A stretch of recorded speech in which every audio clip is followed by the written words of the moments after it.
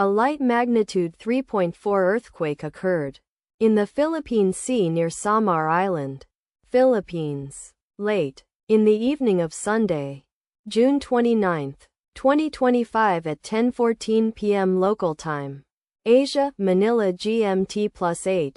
The depth of the quake could not be determined, but is assumed to be shallow. The quake was not felt, or at least not reported so.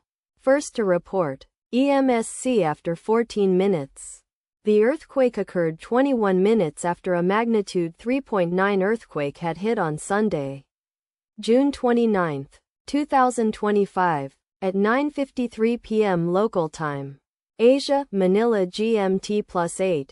In 12.5 kilometers, 8 miles, distance to the northeast. Data source from Volcano Discovery. Did you feel it?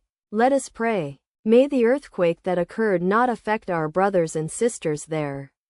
May the earthquake not happen again. And may God protect everyone. Amen.